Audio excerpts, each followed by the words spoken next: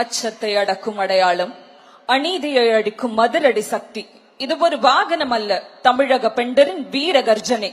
வீரத்தின் வடிவமாக, பாதுகாப்பின் முகமாக, தமிழ்நாட்டு மகளிர் பாதுகாப்பிற்கென முன்னின்று களமிறங்க வருகிறது நம் சிங்கப்பெண் சிறப்பு அதிரடிப்படை ரோந்து வாகனம். இத்தகைய சிறப்புமிக்க வாகனத்தை தமிழ்நாட்டு பெண்களின் பாதுகாப்பிற்கென அர்ப்பணித்திட மாண்புமிகு முதலமைச்சர் ஐயா அவர்களை அன்புடன் கேட்டுக்கொள்கிறோம்.